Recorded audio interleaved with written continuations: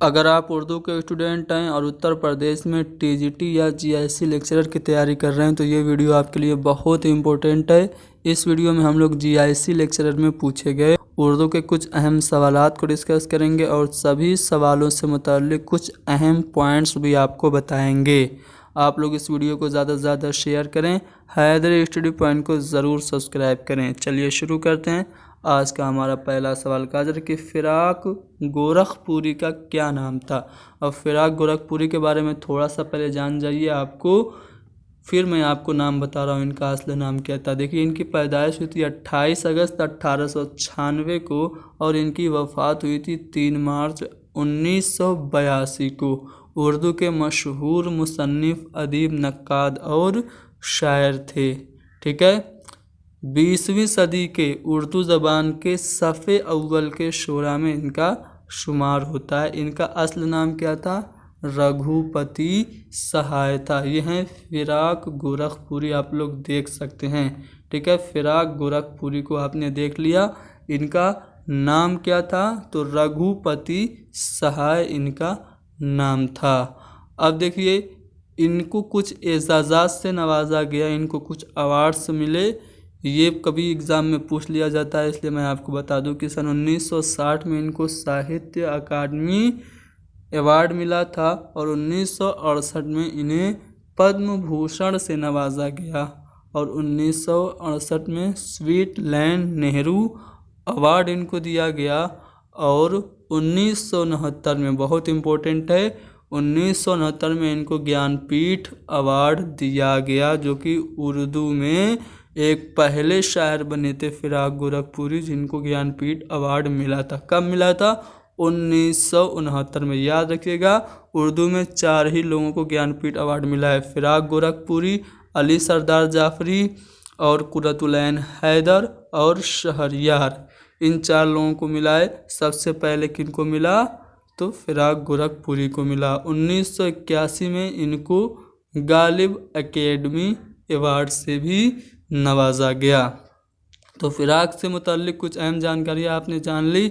इनकी कुछ तसानीफ़ जो कि इम्तिहान में पूछी जाती हैं देख लीजिए, गुले नगमा और गुले राना। ठीक है, इसके अलावा मशअल, रूहे कायनात, रूप, शबिस्तान और सरे गम भी इनकी तसानीफ़ हैं। किनकी? फ़िराक गोरखपुरी की। अब बात करेंगे अगले सवाल पे। अगला सवाल यह है कि इनमें से कौन सी नज़्म जोश की नहीं है। अब देखिए, जोश की नज़मों को ध्यान से सुनिए। बदली का चाँद बिल्कुल जोश की है, किसान जोश की नज़्म है, अलबेली सुबह जोश की नज़्म है, यादों की बारात जोश की खुद नविश्त है, जोश मलियाबादी को शायर शबाब और शायर इनकलाब कहा जाता है। अब देखिए, अब ऑप्शन में आप लोग ढूंढ रहे होंगे कि कौन सी जो नज़्म है जोश की नहीं है। तो तन्हाई जोश की नहीं है। जब जोश की नहीं है तो किसकी है भाई? तो फैज़ अहमद फैज़ की है नज़्म तन्हाई। आगे बढ़ें, अगले सवाल पे चलते हैं। अगला सवाल आपके सामने कि दबीर का पूरा नाम क्या है। तो मिर्ज़ा सलामत अली दबीर इनका पूरा नाम था। मर्सिया के बहुत ही अजीम शायर हैं। ठीक है, दबीर का पूरा नाम सलामत अली था। बागो बहार कहाँ तसनीफ़ हुई? इम्पोर्टेंट क्वेश्चन है। बागो बहार ये फोर्ट विलियम कॉलेज के ज़ेर साया तसनीफ़ की गई। फोर्ट विलियम कॉलेज कहाँ पे है? तो कलकत्ता में है। देखिए, फोर्ट विलियम कॉलेज और उनके मुसन्निफ़ीन से मुताल्लिक कुछ अहम जानकारियां मैं आपको दे रहा हूं, ध्यान से सुनिएगा, बहुत इम्पोर्टेंट है। फोर्ट विलियम कॉलेज से सभी कम्पिटिटिव एग्ज़ाम में सवाल पूछा जाता है।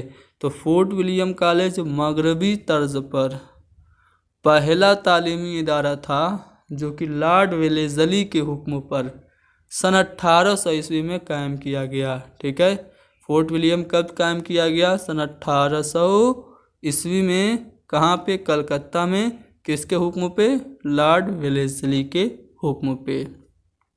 अब देखिए, फोर्ट विलियम कॉलेज के जो सर फहरिस्त मुसन्निफ़ हैं और जो फोर्ट विलियम कॉलेज के प्रिंसिपल थे वो कौन थे? तो जॉन गिलक्रिस्ट थे। ठीक है, जॉन गिलक्रिस्ट ने 4 साल तक खिदमत अंजाम दी और 1804, ये 1704 नहीं, 1804 में ये पेंशन लेकर इंग्लैंड चले गए और 4 ही साल में इन्होंने 4 अहम किताबें लिखी। हिंदुस्तानी ज़बान के क़वायद, अंग्रेज़ी हिंदुस्तानी लुगत, मशरिकी किस्से और बयाज़ हिंदी।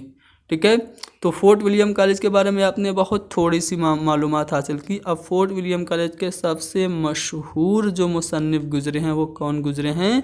मीर अमान। पूरा नाम मीर अमान, तखल्लुस क्या था? लुत्फ़ था। ठीक है, 2 किताबें इन्होंने लिखी, बहुत ही मशहूर हुई, बागो बहार और गंजे खूबी। बागो बहार असल में मिर्ज़ा अता हुसैन तहसीन की फ़ारसी की किताब थी, 9 तर्ज़ मुरस्सा उसका उर्दू में तर्जुमा थी। और 9 तर्ज़ मुरस्सा जो थी वो एक फ़ारसी के मशहूर किस्सा चहार दरवेश का तर्जुमा थी। तो इस तरह से आपसे पूछा जा सकता है कि बागो बहार किसका तर्जुमा थी। तो अगर ऑप्शन में आपको मिले 9 तर्ज़ मुरस्सा तो आप उस पर लगाएंगे, अगर 9 तर्ज़ मुरस्सा नहीं है तो किस्सा चहार दरवेश आपका सही जवाब हो जाएगा। अब बागो बहार तो आपने जान लिया। बागो बहार के अलावा मीर अमन ने गंजे खूबी भी लिखी थी, लेकिन बागो बहार को ज़्यादा शोहरत मिली थी। अब कुछ और अहम मुसन्निफ़ीन जो कि फोर्ट विलियम कॉलेज से वाबस्ता थे उनकी बात करें तो सैयद हैदर बख्श हैदरी भी हैं, दिल्ली के रहने वाले थे। 12 साल तक ये मुतमस्सिक रहे फोर्ट विलियम कॉलेज से और इनकी 10 किताबें बहुत ही मशहूर हैं। ठीक है, कौन कौन? किस्सा महरुमा, किस्सा लैला मजनू, हफ्त पैकर, तारीख़ नादरी, गुलजार दानिश, गुलदस्ता हैदरी, गुलशन हिंद, तोता कहानी, आराइश महफिल। ठीक है, तोता कहानी और आराइश महफिल ये दोनों इनकी जो किताबें थी बहुत मशहूर हुई। अब इनके अलावा मीर शेर अली अफसोस भी वाबस्ता थे फोर्ट विलियम कॉलेज से और इन्होंने शेख सादी की किताब गुलिस्तां का उर्दू में तर्जुमा किया, जिसका नाम इन्होंने रखा बाग़े उर्दू। ठीक है, बाग़े उर्दू किसकी किताब है? मीर शेर अली अफसोस की है। इसके अलावा मीर बहादुर अली हुसैनी ने भी कई किताबें लिखी, जिसमें बेनज़ीर, अखलाक हिंदी, तारीख़ आसाम और रिसाले गिलक्रिस्ट वगैरह है। ठीक है, मज़हर अली वेला ये भी वाबस्ता थे, असल नाम मिर्ज़ा लुत्फ़ अली था। इन्होंने क्या किया? बेताल पच्चीसी, अतालिक हिंदी जैसी किताबें लिखी। मिर्ज़ा कासिम अली जवां, इन्होंने मशहूर किताब शकुंतला जो कि कालिदास की थी उसका तर्जुमा किया था। ठीक है, 12 मासा में मिर्ज़ा कासिम अली जवां ने हिंदू और मुसलमानों के त्योहारों का हाल मसनवी के पैराए में बयान किया था। तो फोर्ट विलियम कॉलेज से वाबस्ता कुछ अहम पॉइंट्स जो कि एग्ज़ाम में अक्सर पूछे जाते हैं मैंने आपके सामने रख दिया। उम्मीद करता हूँ कि आपको पसंद आया होगा। चलिए, गुज़रा हुआ ज़माना ये मज़मून है, किसका है? तो मोहम्मद हुसैन आज़ाद का नहीं, बल्कि सर सैयद अहमद ख़ां का। गुज़रा हुआ ज़माना किसका मज़मून है? सर सैयद अहमद ख़ां का है। अब देखिए, सर सैयद अहमद ख़ां के कुछ अहम जो मज़ामीन हैं उनको देख लीजिए। गुज़रा हुआ ज़माना आपने जान ही लिया। इसके अलावा तअस्सुब, खुशामद, रस्म व रिवाज, काहिली, अपनी मदद आप, तालीम, उम्मीद की खुशी। ठीक है, हमारे बाद हमारा नाम रहेगा, आज़ादी राय, बहसो तकरार, मुहज़्ज़िब कौमों की पैरवी, ईद का दिन, अखलाक, उर्दू ज़बान और उसके अहद बअहद, तरक्की उलूम, सराब हयात, इंसान के ख़यालात, नेचर, ये सभी जो हैं वो क्या हैं? ये सभी मज़ामीन हैं किसके? सर सैयद अहमद ख़ां के। चलिए आगे बढ़ें। इससे पहले एक और सवाल मैं आपको दिखा दूं। उर्दू किस ज़बान का लफ्ज़ है? तो उर्दू तुर्की ज़बान का लफ्ज़ है जिसके मानी क्या हैं? लश्कर के हैं। ठीक है, आगे बढ़ें और अगले सवाल पे चलते हैं। फहश निगारी का मुकदमा किस पर चला था? फहश निगारी का मुकदमा चला था सआदत हसन मंटू पर। सआदत हसन मंटू का कौन सा अफसाना था? ठंडा गोश्त पर फहश निगारी का मुकदमा चला था। वैसे तो बहुत सारे अफसाने लिखे सआदत हसन मंटू ने, जिनको यहाँ पे बयान करना वक्त की कोताही होगी, फिर भी जो अहम इन्होंने लिखे उनका नाम मैं आपको दे रहा हूँ। नया कानून, काली सलवार, टूबा टेक सिंह वगैरह इनके अहम हैं। ठीक है, चलिए देख सकते हैं आप लोग, बू टूबा टेक सिंह खोल दो। ठीक है, ये सभी इनके अफसाने हैं। चलिए आगे बढ़ते हैं। नासिख का ताल्लुक़ किस दबिस्तान से है? नासिख ये दबिस्तान लखनऊ से ताल्लुक़ रखते थे। ठीक है, इंशाअल्लाह खां इंशा हो गए, हैदर बख्श हैदरी हो गए। ठीक है, सॉरी हैदर बख्श नहीं, आतिश अली हैदर आतिश अली, ये सभी जो थे वो किससे ताल्लुक़ रखते थे? दबिस्तान लखनऊ से ताल्लुक़ रखते थे। ठीक है, हैदर अली आतिश, नासिख, इंशाअल्लाह खां इंशा वगैरह का ताल्लुक़ किससे था? दबिस्तान लखनऊ से था। चलिए आगे बढ़ते हैं अगले सवाल पे। शायरी की उस सिन्फ को क्या कहते हैं जिसमें किसी चीज़ या शख्स की मदह या बुराई की जाती है? किसी की तारीफ़ या किसी की बुराई करें तो उसको हम लोग कहते हैं कसीदा। दो किस्म का होता है, मदहिया और हिजविया। जिसमें तारीफ़ की जाए उसको कहेंगे मदहिया कसीदा, जिसमें किसी की बुराई की जाए उसको हिजविया कसीदा कहेंगे। कसीदा के अज़्ज़ाए तरकीबी आपसे पूछा जाता है, याद रखिएगा। तशबीब, गुरेज, मदह, दुआ और हुस्न तलब। हुस्न तलब को कभी कभार मुद्दवा भी कहा जाता है। चलिए, मरसिया अरबी लफ्ज़ के किस लफ्ज़ से बना है? तो अरबी के लफ्ज़ रिसा से बना है। रिसा के माने है रोना पीटना।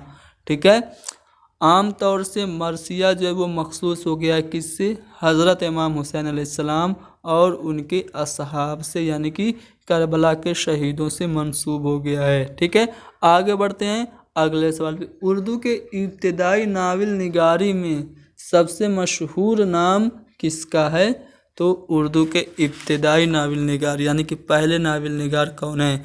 इससे मुताल्लिक एक वीडियो मैंने बनाई है जिसका नाम क्या है? First in Urdu literature.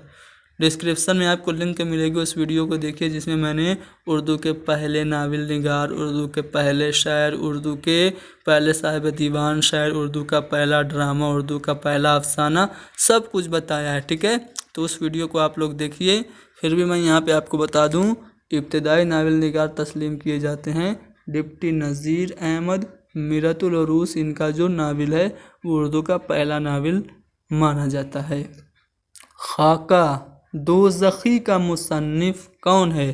तो खाका है दोज़खी, इसकी मुसन्निफ़ा हैं इस्मत चुगताई। देखिए, ठीक है, इन्होंने कुछ अफसाने भी लिखे जो कि मशहूर हुए थे। लिहाफ और टेढ़ी लकीर, इनके अफसाने मशहूर हुए थे। ठीक है, और इनका जो खाका है वो दोज़खी है, जो कि अभी आपसे सवाल में पूछा गया। चलिए आगे बढ़ते हैं। ना खुदाए सुखन किस शायर को कहा जाता है? तो खुदाए सुखन, ना खुदाए सुखन, सरताज शोराए उर्दू और शायर बेदिमाग, ये सभी कहे जाते हैं। कौन? तो मीर तकी मीर। चलिए, नाजुकी उसके लब की क्या कहिए, पंख उड़िए गुलाब की सी है। ये शेर किसका है मैं नहीं बताऊंगा, जिसका भी है आप लोग क्या कीजिए, उन्हीं का एक शेर, इस शेर के अलावा जिनका ये शेर है उन्हीं का अशार आप लोग कमेंट में एक एक कोट कीजिए। ठीक है, साथ ही आप उनका नाम भी लिख दीजिएगा किनका है। ठीक है, तो नाजुकी उसके लब की क्या कहिए, पंख उड़िए गुलाब की सी है। इस शेर के अलावा दूसरे अशार जो कि इस शेर के खालिक के हों आपको कमेंट करना है। ठीक है, चलिए मिलते हैं हमारी अगली वीडियो में। Thank you very much.